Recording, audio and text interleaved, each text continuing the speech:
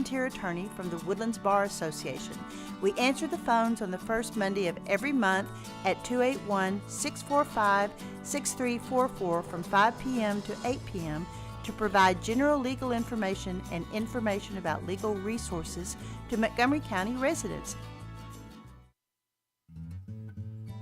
Lone Star Community Radio is looking for those who are interested in hosting their own talk show, with monthly and weekly slots available on Conroe's FM 104.5, 106.1, and on irlonestar.com. Start your own podcast, create your first YouTube channel, and be on TV. Contact Lone Star Community Radio online at irlonestar.com or call the station message line at 936-647-3776. Thank you for listening to Lone Star Community Radio. This program was broadcasted and recorded live from the LSCR studios in downtown Conroe, Texas. Lone Star Community Radio is supported by listeners like you. Donate and sponsor today. For more information on getting involved with Lone Star Community Radio, contact us at lscrstudios@gmail.com or visit us online at www.irlonestar.com. You are listening to Lone Star Community Radio on 104.5 KCZW-LP Conroe and 106.1 KZCC-LP Conroe, and worldwide on irlonestar.com.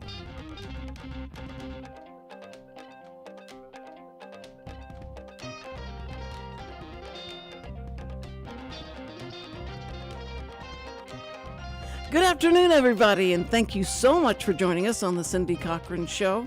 It is rainy outside here in Montgomery County, and it's, I guess God decided that y'all need some water, and you've had too many good days, and y'all are starting to get lax and forget about, thanking me for it.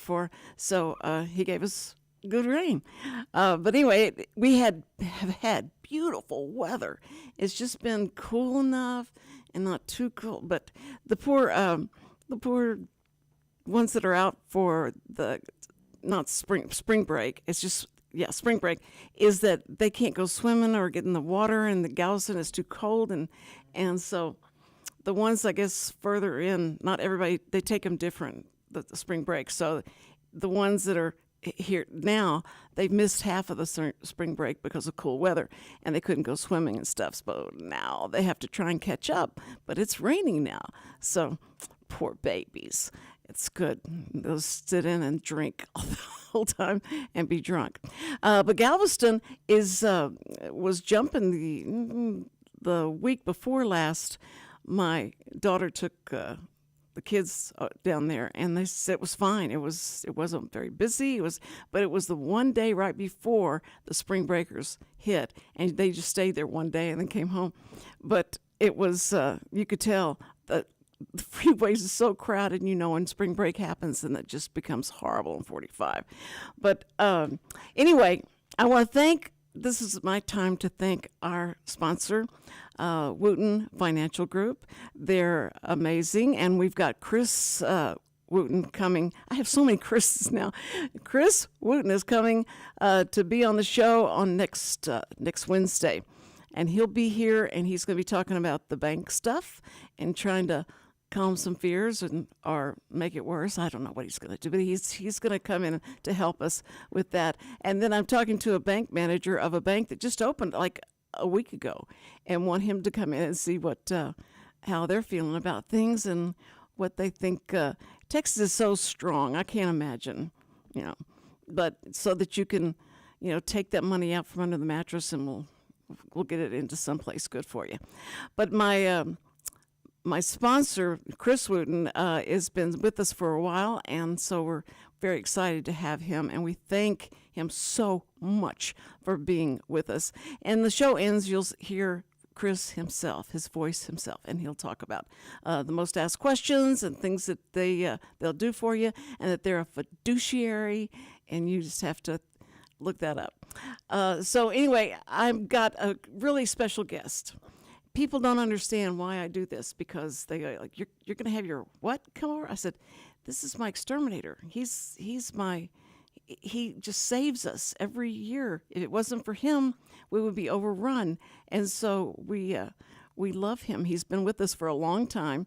And so Sam even told me before he left, make sure you get an appointment with him because it's spring. I said, I know, that's why I have him on, because it's springtime and there's a different group of bugs that come out and come visit you during this time. And when the heat gets them, they try and come into the house and get some water or something. So if you can put a little pail of water out there for, no, we'll find out what we're supposed to do.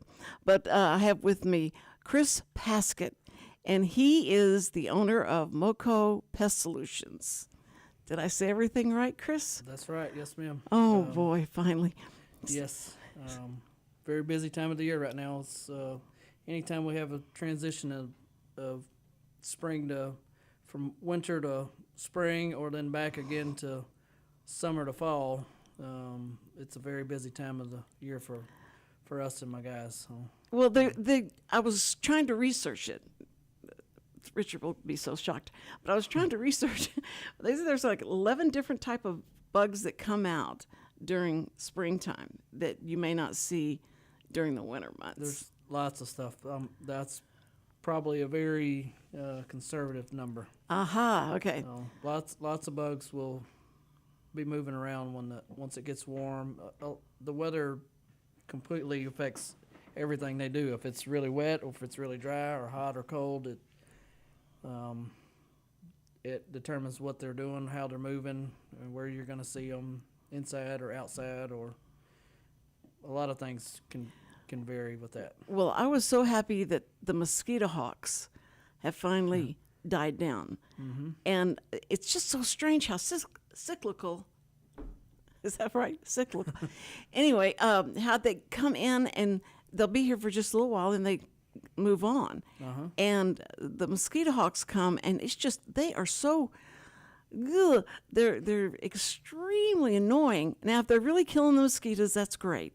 But do they really kill the mosquitoes? Well, they're more of a nuisance to people than anything else. So they don't hurt you or anything. No, they don't do any harm to people. They just make a mess, get around your doors and windows, invite themselves in, and then die when they get in. So that's right.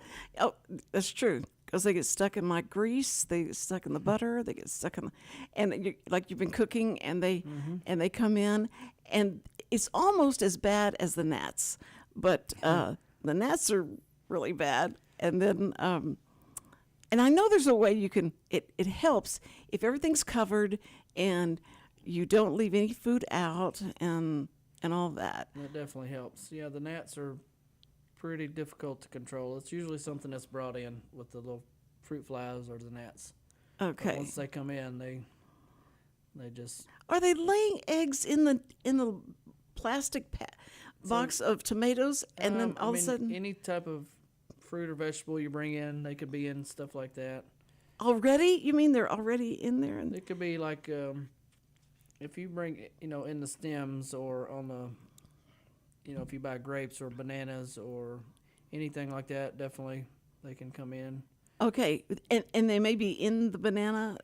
Usually not so much in the banana, but more around the outside of it. The outside, the stem, and the skin. The stem. That's just, okay, stem. So that's why you really need to wash everything. Yeah, really best well. to wash things like that. But then once they get into, most of the time if we're having a continuing issue, they have found somewhere to harbor, and a lot of times it's house plants. If you have live plants in the house, they get into that soil, and they kind of just reproduce, and oh, brother, the more you have. That's awful. I don't have a nursery in there for them or anything. So I think that it's like the June bugs come in May a lot of times, and you go like they never get it straight. They're supposed to be here in June, but in May they start showing up, and they're everywhere. I mean, they are. I couldn't believe how it looked like it was, something that they had brought in from someplace and put them on your front porch, laid them all out, and it was all done because it looks so. It's so exact the way they do a pattern, and you feel like who brought these things and laid them out here? Because then you have to sweep them all off, and some of them are still, they're on their back and their little legs are moving, and it's so sad. But it's like get them out of there. And what you bring, what chemical you bring, does that affect any of the June bugs? They're very active, so a lot of times the dead ones that you're getting are something that has flown in from somewhere else. So what we spray has a residual, and it will knock those guys down, but it will not keep them from flying to that destination. So they continue to swarm, they continue to fly around lights, doors, windows. And then what you get is a mountain of dead ones by the doors and porches and windows. And yes, and if you leave the lights on, they're committing kamikaze, the suicide every time they hit that, and you hear them hit the glass, and you know that's it. You don't know how fast they must be going to hit that glass and it sounds fast. Knock themselves out. So, but those are so aggravating. The mosquito hawks, the gnats, and the June bugs. But then is there, when we have I guess it's the bees that come. Do you affect the bees? No. So generally, what we see around, like especially honeybees, we're very careful with what we use around the honeybees. We don't want to hurt the honeybees. There you go. Those are very important part of the whole ecosystem that's surrounding everything. I mean, they pollinate everything. So we're very careful what we spray around those. We never kill them. We usually try to remove them if all possible. So we're, especially this time of year when stuff's trying to bloom, myself and my guys are very picky on how we treat certain areas to not affect the bees. Have you been called for like the African bees? No. You never have? No, and it's not something super common around here. Usually stuff that we get calls for bees, a lot of times it's not a bee. Everybody, if they see it buzzing around, they think it's a bee. No matter what shape or size. We do have other things that are more aggressive than honeybees. Honeybees tend to stay away from a lot of commotion. So a lot of times what we get around houses are wasp. Oh, yes. They're definitely more aggressive. And those we kill. We get rid of those. But right. The honeybees, you have to remove that hive. You have to get rid of the queen. So generally we don't do that personally, our company, but I have several guys that I call when that's the case, that they come and remove the hive, remove the queen, relocate them somewhere they're going to thrive and be out of the way, and that way they can continue to do bee things. Do their bee thing. I remember when we first moved to Willis, and I was walking out on the ground, and this big dark spot, and I was going, "What is that? A hole or what is that?" And I walked over to it and stepped. It was African bees. They were on the ground, and so I thought, how could that be African bees? I thought they were up in the tree, and you have to watch out. But they were. That's what we found out they were. And our neighbors said, "Don't do anything to them. They'll leave. They'll leave after a certain time. They'll leave." And then we saw another thing in the tree, and I thought, "Are we going to be, are these going to be here all the time? And what do you do? And how do you keep them from coming over?" And that was unusual. They never come back. It's not uncommon to see them swarm like that, and a lot of times no rhyme or reason where they land. They can be around the house, bushes, on the ground. I've seen them in mailboxes, kids' playhouses, dog houses. And most of the time they were just passing through. Right, that's right. They said just don't mess with them. So we didn't, and they did go on, and we didn't have to not ever go outside again. It was okay. we went outside. But I think that the different parts of Montgomery County, is there a part where roaches are worse over here, or the? Yeah, there's always that. what you're seeing as far as insects can vary from in even different neighborhoods, depending on all that's going to vary on what's around your house. If you got a lot of landscaping, if you're on a rural piece of property where you're not close to other people. True, yeah. If you're close to the lake, for instance, if you're on the lakefront, you're going to have lots of flying bugs. That's part of being on the lake, which with more flying bugs you have, the more spiders you have. The spiders, that's what they're eating. So it kind of causes that trickle effect. The farther you get away from the lake, generally you don't get as many flying bugs or sometimes spiders, but everywhere is different. But what's scary is when I meet a spider, I don't tend to ask them about what their diet plan is, because you think it's you and you think you're going to be bitten by it, and it was so funny. I'm trying to tell my grandchildren, you're bigger than the spiders. You can probably kill that spider. I said, no, you can't. No, it'll jump. And we had jumping spiders for a time until you came along, and they don't jump anymore. But it was scary. But you don't think about all the good they do. And so if you could see one and you are knowledgeable about what they look like, because there's some really gnarly looking spiders that they look scary to us. And I don't know what they look like to the ones that the stuff they're supposed to be eating, but it just scares, Yeah, we've always if you don't felt know that way. What kind of spider it is, it definitely it can intimidate you. Because most of the time when you see a spider, you're not exactly ready to see it. A lot of times it's a surprise. Right. Open the door, So pull something up. typically, what you really have to look for here, we have a brown recluse and a black Yes. widow. They do not want to be around people. They want to be doing their own thing, not bothered. So typically, you see them around more.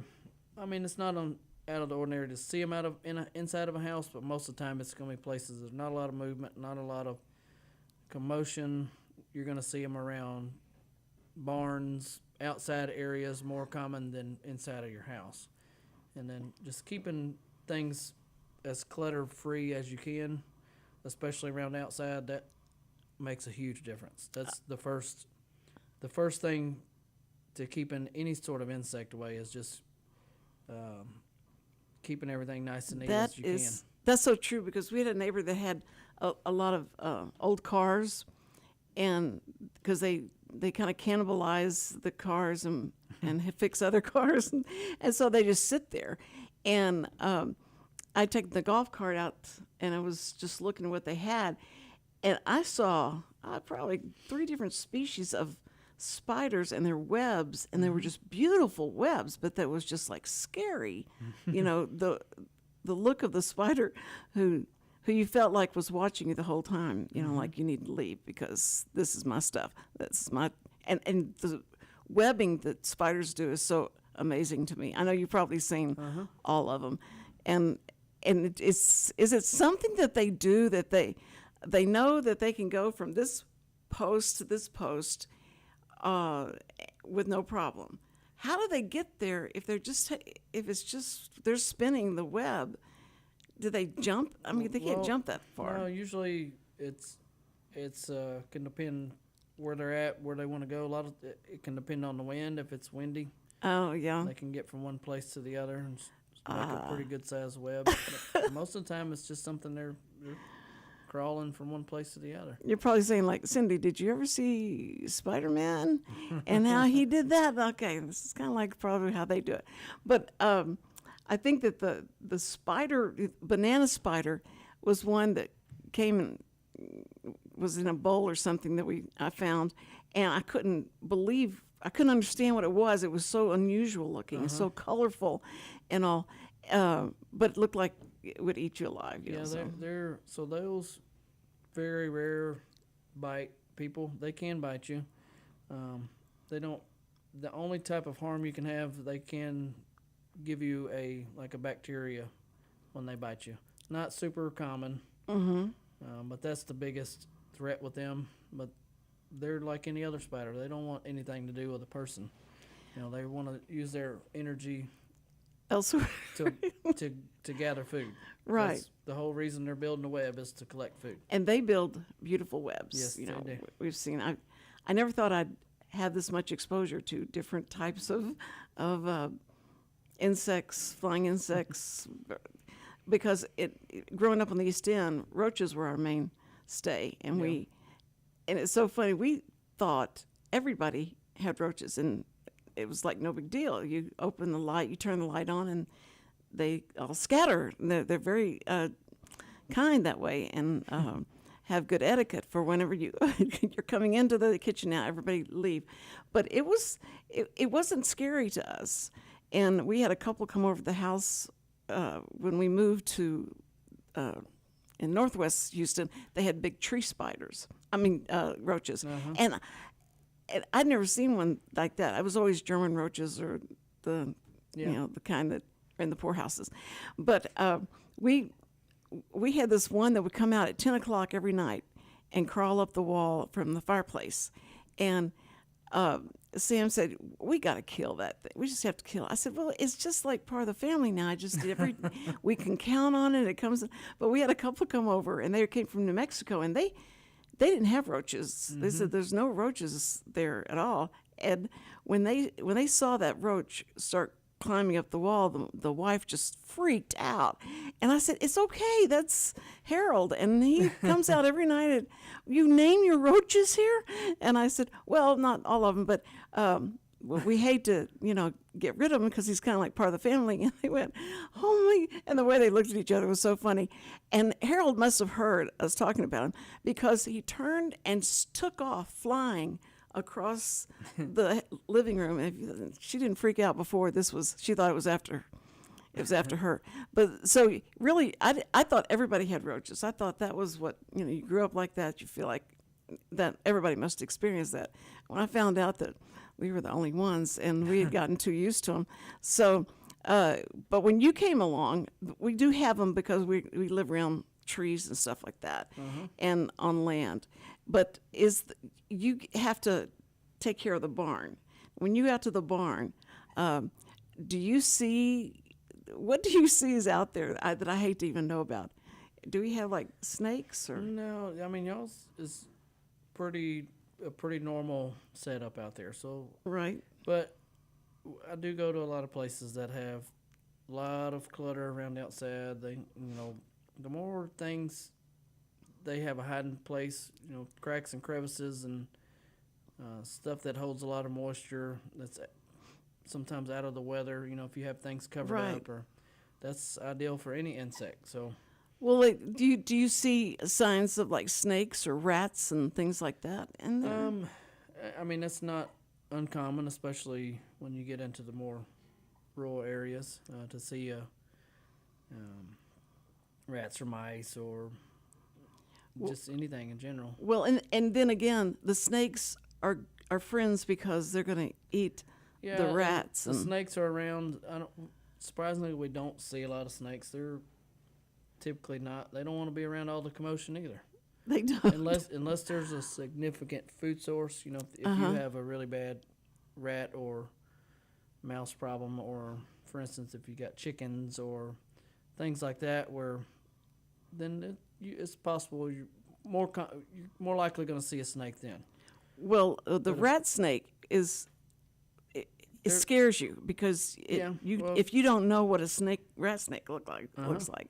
Well, it's always typically a surprise when you see them, so you're not ready. No, they don't give you any warning shots. It's just like here I am. Usually, like we don't really focus a lot on snakes. There's not a lot of need for that. Most people, if they're seeing snakes, there's issues with something else that we handle. Usually it's they got a food source. That's why they're hanging out. Oh, okay. So okay. We get rid of that, and then the snakes usually find somewhere else to go eat. Well, I think that's, Sam loves his barn, and I wouldn't call him a hoarder, but he does keep things because he'll say, you see, you always tell me I shouldn't be keeping all this stuff, and what do we need right now? We need that green Band-Aid or whatever it was that I kept. And so he finds things and says, I'll need this someday. Mm-hmm. And I said, but see, that's what hoarders say, honey. That's what they say. They say, I don't think he's there yet. he's not there yet? I've seen a few of those, and he's not even close. Okay. Oh, okay. Okay. Well, you know, I always say, if you've had a good story that you feel like you could tell, and you don't have to say names or anything, but things that happen in people's houses or that you go in and you feel compelled to say, if you didn't do this or you would do this, you wouldn't have this. Yeah, and sometimes that's hard. You have to be really upfront with customers and honest with them. If you go somewhere, somebody calls and, for instance, and they're having an issue with roaches, if they have a filthy house, nothing I do is going to help with that. I mean, there's a lot of other steps that need to be taken before you call the bug man to help you out. How do you with sensitivity and tact, how do you tell them? Well, you have to be honest with them and say, look, this is the only way you're going to get results is this has to be addressed in this order. We send a prep sheet, for instance, that tells them what they need to have ready, what they need to have clean, and there's a follow-up to that too. So it's not a one-time show up and spray everything and you're done. It's a procedure. It takes a little bit of time. And sometimes it probably does hurt their feelings. But they call you back, right? But either they get it cleaned up and get ready for us, or they don't. If they don't call back, it's probably not something we were going to be able to help them with anyway. Mm-hmm. Sure. There's other issues that need to be addressed. Right. And right. It's not always easy to tell somebody that their house is a little dirty. But okay, I'm laughing because when Chris we started using Chris, I said, okay, now look, Chris, here's the deal. You know how like in Vegas, whatever happens in Vegas stays in Vegas, and so like whatever you see that's really messed up has got to stay here. And I've had days where you go like, you don't have to worry about that room. It's fine, and it's not because it's fine. It's because I didn't want to get it cleaned up and picked up, and he says, look, I can spray around anything. I mean, don't worry about this or that. This is fine. And it's come such a long way, the chemicals that you have now, as opposed to when back in the day, you had to clean your house like you're getting ready to move, and you had to take stuff out and put it aside, wrap it, and it varies from case to case, depending on why they called us out there. There's different procedures for different things. Right. So usually once we can see what's going on, we can get a game plan. And most general spray, like if you're just seeing spiders or, something like that inside, it's a very easy problem to address. 99% of the time, nobody has to be out. You don't have to do anything different than just let us come in and spray what we need, and you don't smell it. It's low odor. No odor. That's right. Doesn't stain anything. You can keep business as usual. But there's cases where you're going to have to be prepared when we get there. You're going to have to clean things out of cabinets, and then most of the time then they're going to have to be gone. It's a little bit stronger, different application. And what you need to do, because what you do is like preventative in so many times. Absolutely. Because you're doing this and you don't have to spray in under the pillows or anything like that. No. Because you used to spray around the bed, and that keeps them from crawling up into the bed. Yeah, probably maybe 80-90% of what we do is just preventative maintenance. So in a lot of houses, we don't even go inside. It's strictly outside. So. Yeah, and you create that perimeter of the outside. That's good. They know. We try and warn them. We said, Chris is coming, guys, so y'all all need to get back out at least 5 miles past that part. But I think that at night we keep the lights on at the porch and all that, and that draws It's all- going to bring some flying bugs in for sure. Yeah, and they're right there, waiting for us to turn them off. Oh yeah, we have so many bugs that come in there, but it's kind of interesting because you do kind of see that what you grew up with. There's a whole lot more out there that has come in, and probably from different countries now that we have because of importing and exporting and things like that we bring in other bugs. There's right? definitely things that different types of ants that we see now that are still fairly new. The red Like the a- red fur ant. So they're like the crazy ant or a raspberry ant. Those are from Central America. And you can't kill. I mean, so there is ways to get rid of them. They do make some pretty good products for us to use for that now. oh, But until maybe 10 years ago, that wasn't something that was here.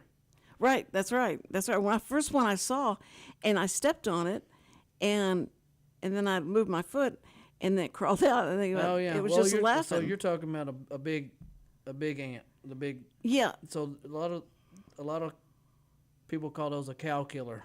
the cow killer. That's so it. that's or a velvet ant. It's actually not even an ant. It's a wingless wasp. Oh, it is. Uh-huh. Oh, So I see those. Those are more rural areas too, but not typically. You don't have a major infestations of those. They're usually pretty sporadic. yeah. It was just one. I just thought, where did you come from? I need to follow you home so we can get rid of all of y'all. Yeah. Because I kept stepping on it. It and doesn't I do any said- good. And it'd just crawl away and laugh at me, and I just kept stepping. I get, I'm So gonna go get those something. have been around quite a long time here. Those are pretty well established here.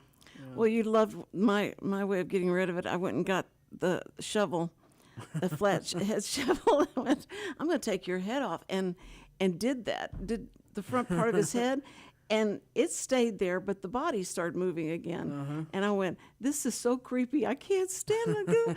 So I started beating it with it. But anyway, it was it's pretty satisfying. They're pretty resilient for sure. They are.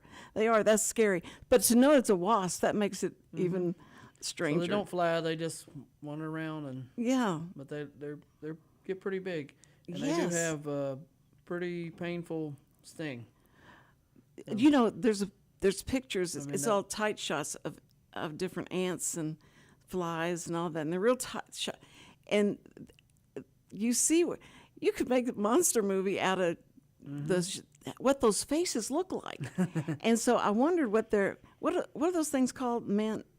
The manville, not that's around that the wasp have and the Like a mandible. mandible. Yeah. Yeah. Yeah, and I would hate to see what that thing looked like Yeah. close up because it did look like it would give you a good bite, and Yeah. that would be it.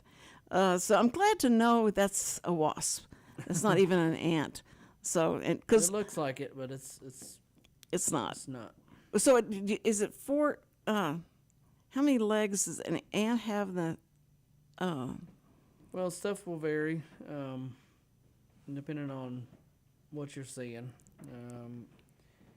So I thought you could tell like a spider. Like a spider has 8 legs. All spiders 8 legs. All spiders have 8 legs. Ants have 4. Yeah. And that's, so that's the difference. But the sugar ant is the one that is most annoying for any kitchen Yeah. because they come in and they just take over. Yeah. So They come you- in, pretty common thing to see in kitchens. But you're going to take care of that with all the preventative stuff around the Yeah, so the edges. generally once just a general service, most of the time we'll keep those out, but they still do make their way in. And inside something like that, it's a little different application where typically a bait will work well. Bait works well for just about every type of ant, but it's not always practical. So inside the little sugar ants, the pharaoh ant, what we call them, they love bait. Bait works very well. But If they love it, they love it. It's called bait. the bait, yeah, just like you put a little bait station and they find the bait and they take it back to the queen, and that's it. That's that's so violent. But it's like the. Have you seen those red apples with the holes in it for the gnats? And you have to buy this stuff that goes in it. It but has an it's- attractant inside. Yeah, and it smells just like vinegar. Is that what it is? It's pretty close, yeah. It's mostly vinegar because vinegar draws the gnats. You can put a bowl out of vinegar, Yeah. and it'll draw the gnats because they think it is It's a a food fruit. source. Yeah. Oh, I love that. They told me that, I said I'm not spending that money buying those things. Yeah, And apple just- cider vinegar Yeah. works well, and red wine works very well for gnats. Really? Okay. Did you hear that, Richard? Red wine works well for pests. Okay. Well, for the gnats, it does. Yeah. That it works really well. They come to the bowl and they just stay in it. That's it. And they drowned in Yep. their wine. Yep. I What a love way that. to go, huh? What a way to go. I forgot to ask you at the top of the show. I wanted to ask you how's Melissa doing and the boys. Everybody's good. Now you don't have a daughter, right? It's Three just boys. Your poor wife. No, but really, boys are easier to raise than girls, so you're really lucky. She's the one that probably has I'm to. not complaining about three boys. Not at all. No, I bet you got your whole next generations of taking over the business right there. Well, we'll hope. We'll see. Yeah. Now, does any one of them show signs of liking killing insects? I don't know yet. It's kind of early. Do they ever go with you? I mean, yeah, they have over their life. I mean, they've been around it their whole life, so Yeah. they've seen and know what we do for sure. But I don't know if they'll continue on. We'll see. How did you get into it? Well, so I worked. My mother and stepfather owned a pest control business. So Oh, I've well, been so around it was the it. same way. I've been around it my entire All life, your life. just about. Yep. Now, were you ever embarrassed that when they said, "What is your dad doing?" He said, "He kills bugs." No. No. I mean, not really. They probably It say, was- "What's your phone number?" So we need Yeah, help. I mean, it was just another job, I guess. It's, and my stepdad was always around town, and he played a lot of golf, so everybody knew him as the Bug Man. Oh, that's so, what they call it, the bug man. So I he would love go play that. golf, and that was his name. So he very fortunate to have him, and he was and still is. You know, everybody knows him in town. He's very respected, and so Well, it's especially nowadays. You're the hero that comes in. I mean, if we roll out a red carpet, if we could for you, Chris, when you come over, because we're so happy to see you, because you do take care of such problems. And I never lived in a house where we didn't see insects. And since you have come over there, we were talking about that, Sam and I, the other day, is that there's not roaches. One will come out and you'll be like startled, and before we weren't, but you're like, how did you get in here? And but everything that you've done has been just quelled that, all the spiders, the insects, the ants, and all that. And I know there has to be to have like the different insects that kills the other, and that how that circle goes. But you hate anything. I just hate any of them. and I know that I'm bigger than that insect, and I can kill that insect. And I'm the one that the kids come to and say, "There's a wasp. There's a wasp. Wasps would come in there."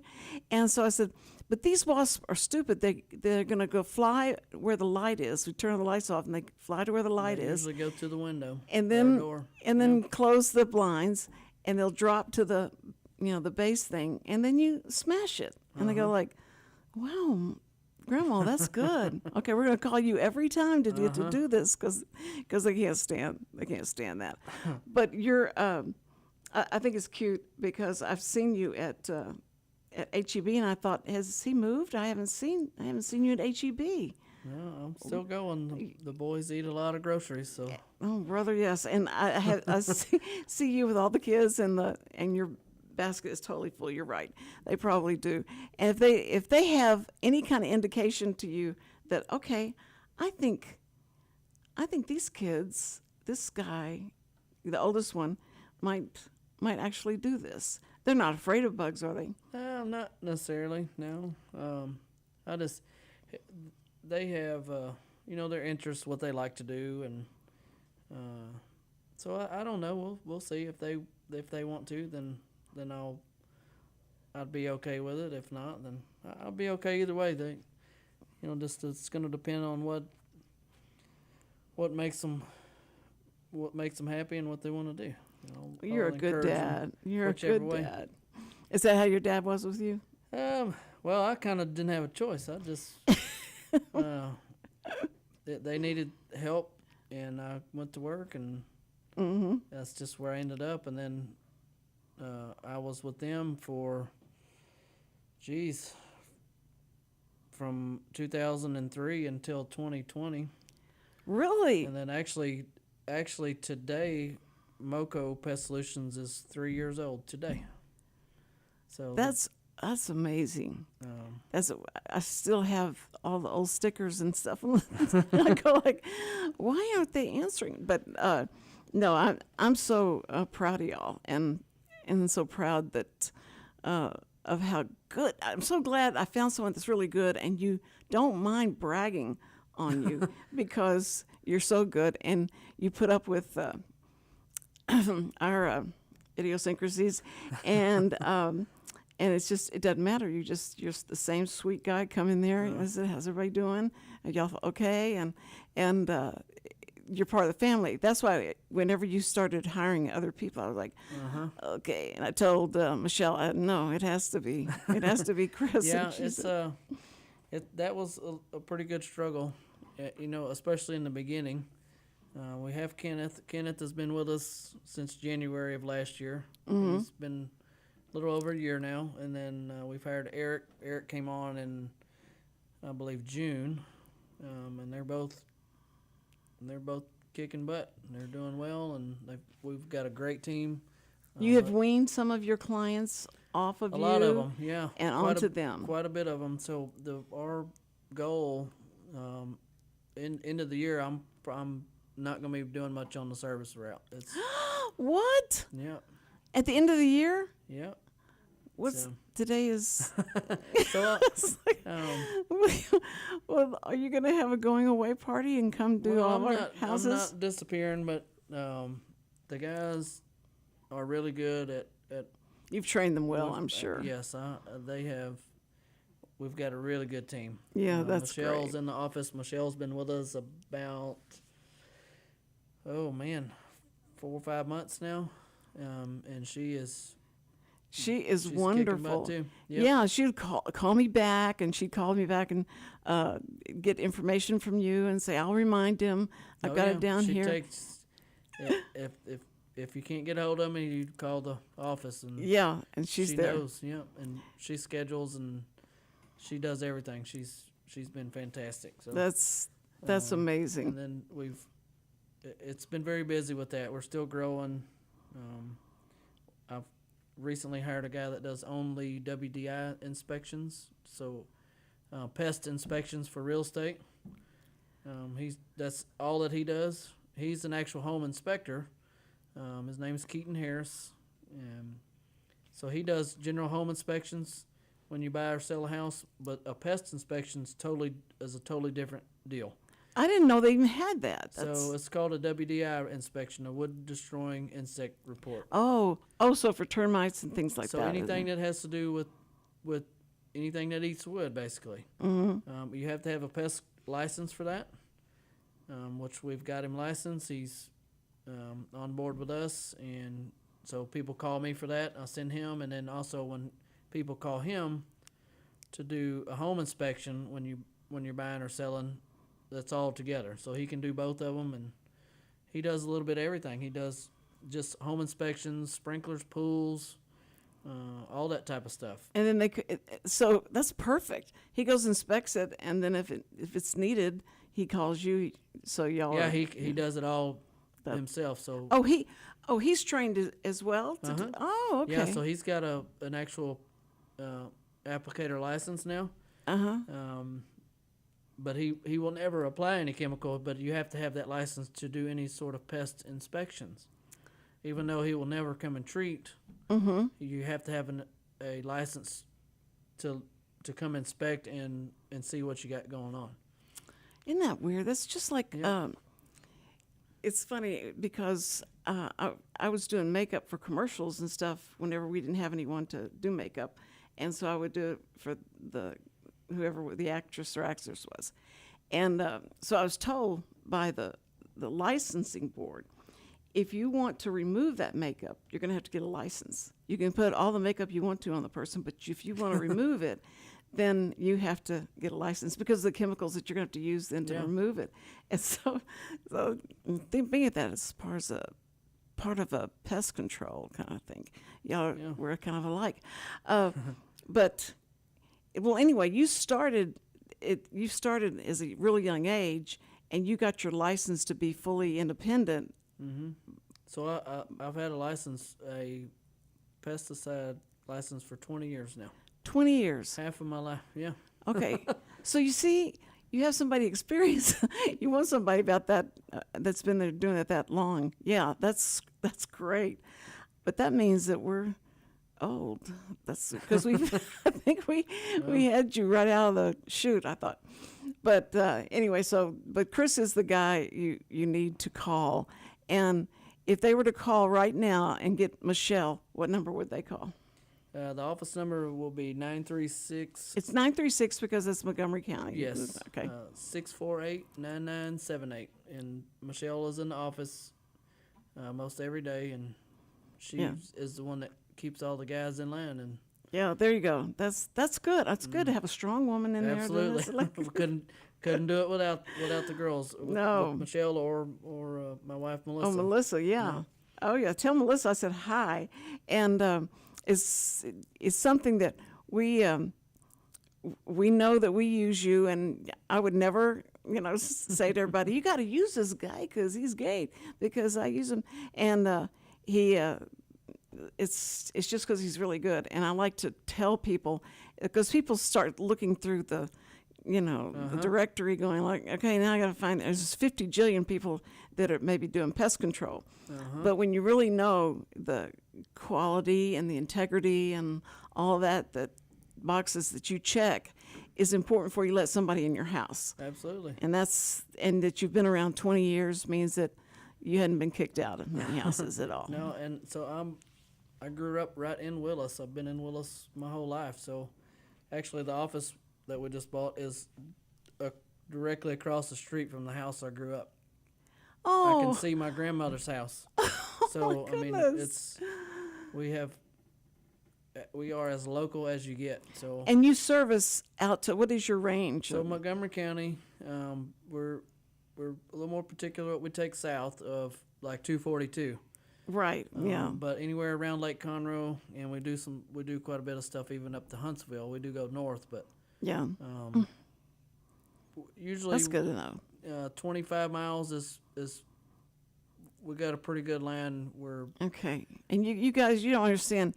He's so good. If you're looking for a house, you may go like, okay, now what was his range again? Because we want to buy a house within that range and be able to have him come help your house get rid of all the bugs, and he will debug you.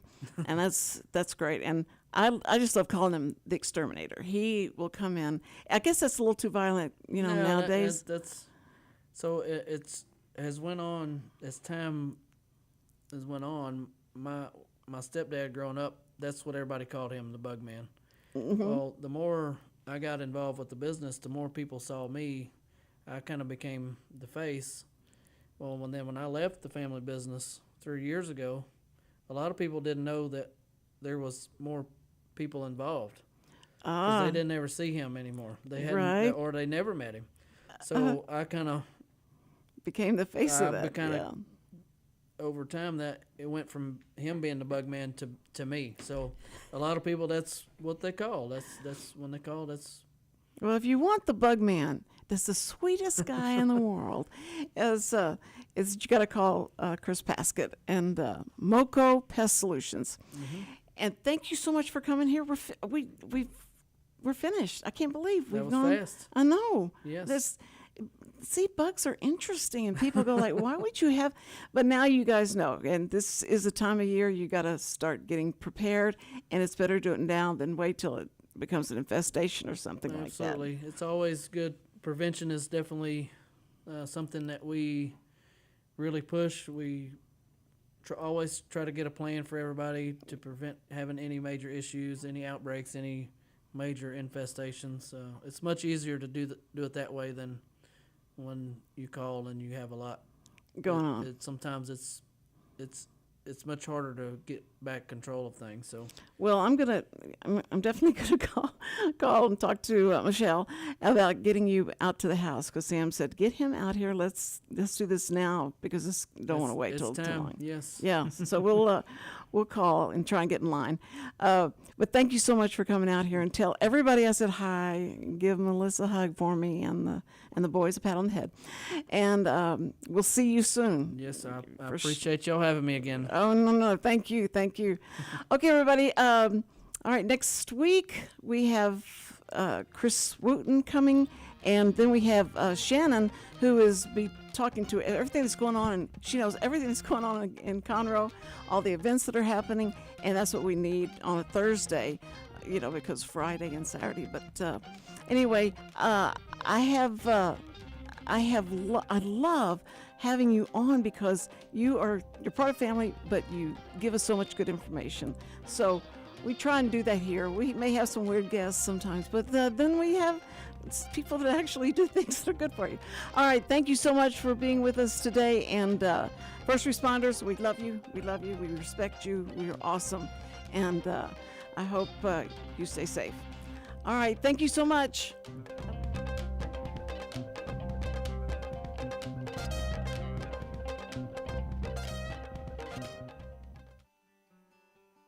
Every week, people ask the same two questions. Are they ready to retire? Will their savings last for their lifetimes? Hi, this is Chris Wootton with Wootton Financial Group. Our firm has been in Montgomery County for decades, but the hopes and dreams of the people we serve never change. We help answer these two questions and many more that people have about their uncertain financial future. We have a simple introductory client experience that allows us to get to know the client and includes a few meetings for the client to kick the tires at no charge. We provide a concise, one-page summary that helps the client get a better handle on which questions are the right questions for them. To learn more about Wootton Financial Group's process in helping their clients to a clearer financial future and to see their contact information, visit Cindy Cochran's show page on irlonestar.com/TCCS. Wootton Financial Group is a proud sponsor of the Cindy Cochran Show. Wootton Financial Group is available by phone at 936-449-5952 or visit them on the web at www.woottonfinancial.com. That's www.woottonfinancial.com. This program is sponsored by the Wootton Financial Group. It is not the intent of Wootton Financial Group to render or offer personalized investment advice or financial planning advice through this radio program or any related website. Wootton Financial Group's participation in this program is limited to providing general information on financial matters and should not be construed as financial recommendation or investment advice. Investment advisory services are offered through Game Plan Advisors, Inc., a registered investment advisor registered with the Securities and Exchange Commission and the state of Texas. Insurance services are offered through Wootton Financial Group, Inc. Game Plan Advisors and Wootton Financial Group, Inc. are affiliated through common ownership, and neither firm is affiliated with The Cindy Cochran Show.